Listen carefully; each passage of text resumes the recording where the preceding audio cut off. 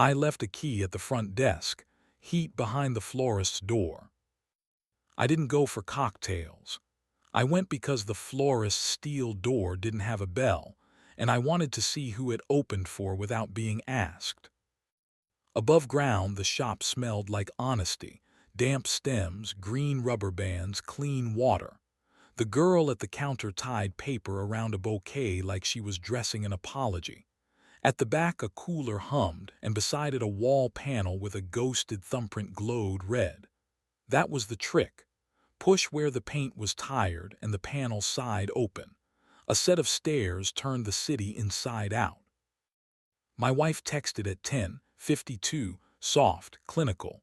Pop-up dinner turned into a late service. Might crash at the office. Don't wait up.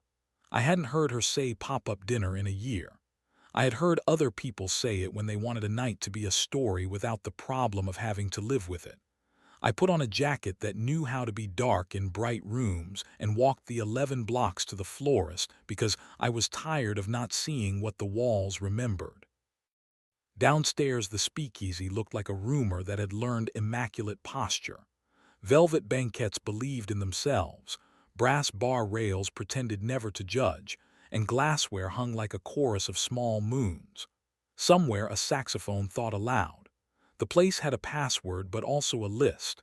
We were not the youngest people on it. At the hostess stand, I said a name I hadn't used since my 20s, Aaron Gray, which is close enough to my own to be forgiven if someone felt like being petty. The room was full without showing off.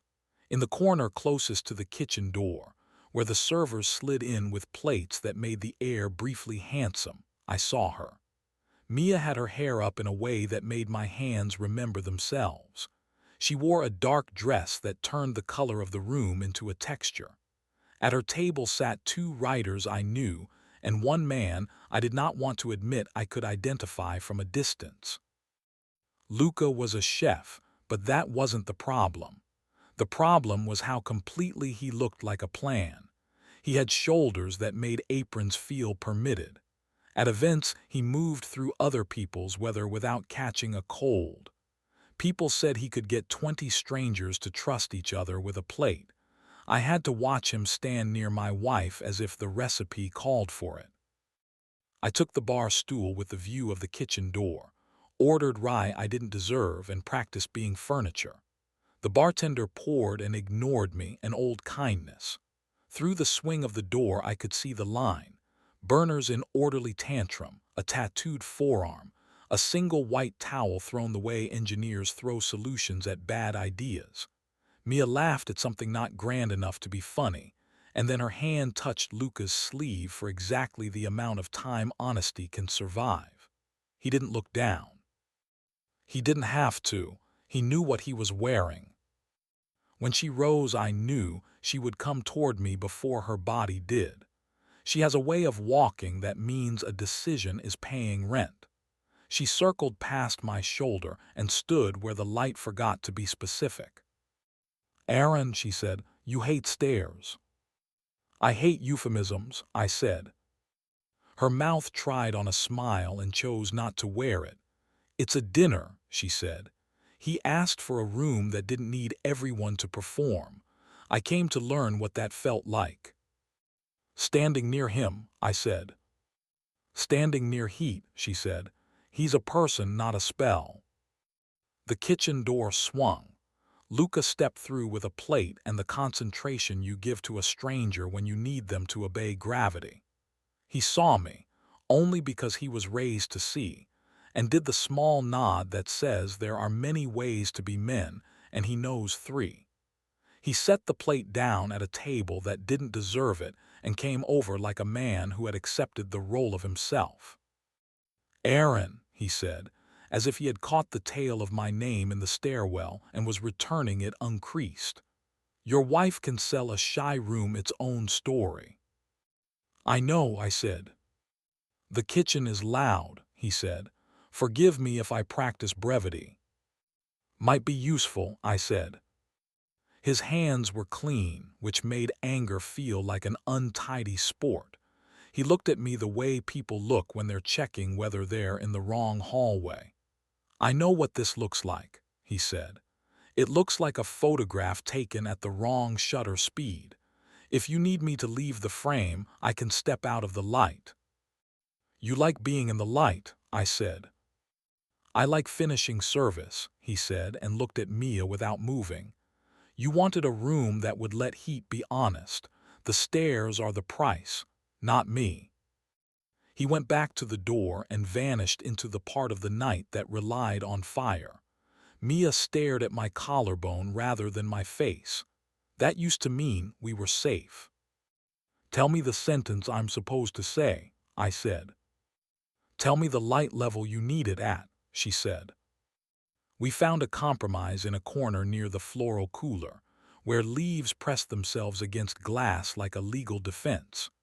The hostess brought me a plate I hadn't ordered and a small, sincere napkin. We ate without taste because taste felt like betrayal. From the kitchen came the small roar of a room that had decided it would survive. "Do you want me to hit him?" I asked. "I want you to hit the phrase, 'Don't wait up,'" she said. "I want you to make it honest or make it obsolete." "Did you kiss him?" I asked. I'd planned to ask it without letting my stomach hear, but the room had excellent acoustics. "No," she said. After the longest second she had ever given me, she added, "But I stood where a kiss could have had jurisdiction." "Why?" I asked. "Because I wanted to feel my neck pay attention," she said. "Because the calendar had been using me in sentences that made my mouth forget itself. Because heat isn't a vote, it's a temperature. Because I needed to remember what it felt like to be interesting to you without applying for the job." "Then invite me," I said. "Invite me instead of writing me into a footer." She ran a finger along the sweating glass of her water, the way a person signs when they have forgotten what their name looks like. "Come upstairs," she said. "The florist keeps a storage room where the cold is more accurate than we are." The key was in her palm like a white lie. We crossed back through stems and the smell of clean water, up into a square room with steel tables and a wall of buckets waiting for dawn. The air kissed our faces the way certainty does when it's paid its taxes. She closed the door behind us with her back and let her hand remain for a moment on the cold handle, as if she were calibrating. "U-I-N-V-it-E," I said, because my body needed to hear itself say it. "I am not an apology," she said. "I am in a cold room with my husband while the city learns how to be honest again." We did not undress. We did not audition. I reached and pushed her hair to one side, the same gesture I made years ago when small rooms were not crimes, and put my mouth at the place where neck becomes shoulder. She made a sound I pretended not to understand. Her hand found my belt and then decided to be respectful. My fingers slid under the dark fabric at her waist and learned again what mercy feels like when it is not tied to polite schedules. We moved against steel the way a note leans into a chord. The cold made the air loyal. Our breath decorated the mirror with an impatience the room forgave. The line between please and thank you became unimportant. When she pulled away, it wasn't distance. It was punctuation. She looked at me through the fog our mouths had made on the table and smiled into the blur. "I didn't need him to be you," she said. "I needed you to be you where the heat could see." The key burned a small white square on the steel where she had put it down. We were tired and better, which is a kind of finish they don't let you write into menus. We straightened what we hadn't disordered and went back into the stairs that made promises downstairs couldn't hear. At the hostess stand, she adjusted my collar like I belonged to the picture again. Luca came out of the kitchen carrying nothing and looked at us without the kind of envy that feels like math. "Breakfast," he said, because he'd learned which words a room accepts from him at that hour. "Service," Mia said, because she wasn't going to say anything prettier in a hallway full of roses. He looked at me. There are only two kinds of men in restaurants at midnight, he said. Ones who come to win and ones who come to leave with their name spelled correctly. He held out his hand the way you offer someone a knife you've already washed. I shook it because I liked my name. We went home on a street that had remembered it knew how to be gentle. We didn't talk in the usual sense.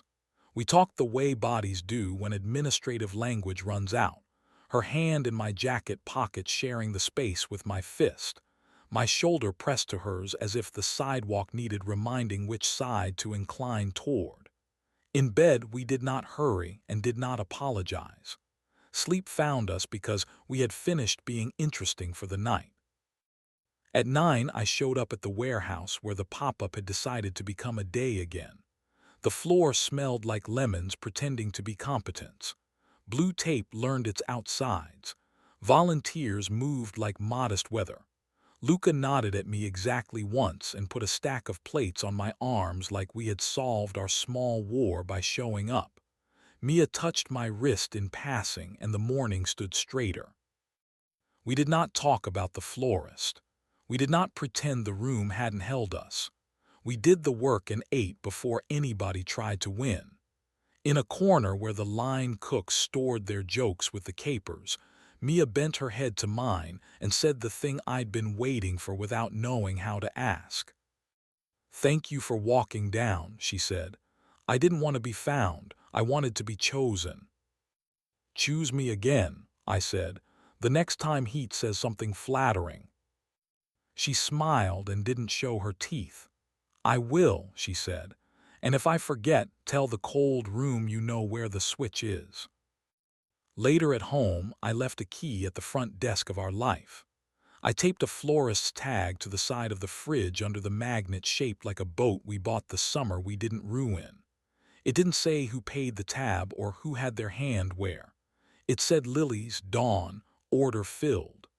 Sometimes, when the night tries to talk us into being better liars, we read the tag aloud and walk the 11 blocks we already know. We go down the stairs behind the flower cases in our heads, stand in the cold that believes all temperatures will pass, and kiss each other in the spot that says the rest of the room can wait. If you wanted scandal, I can paint you a better elevator and a worse man. What I have feels smaller and more useful. A door that opens for a thumb you don't have to steal. A chef who knows where to stand without making anyone into a sermon. And two people who decided that intrigue can be a spice you measure on purpose, rather than a fire you keep pretending not to see. We learned how to be exact without freezing. We learned where to put our hands when the city goes quiet. We learned that the front desk will always take the key, but the room is ours if we remember the name we used when we walked in.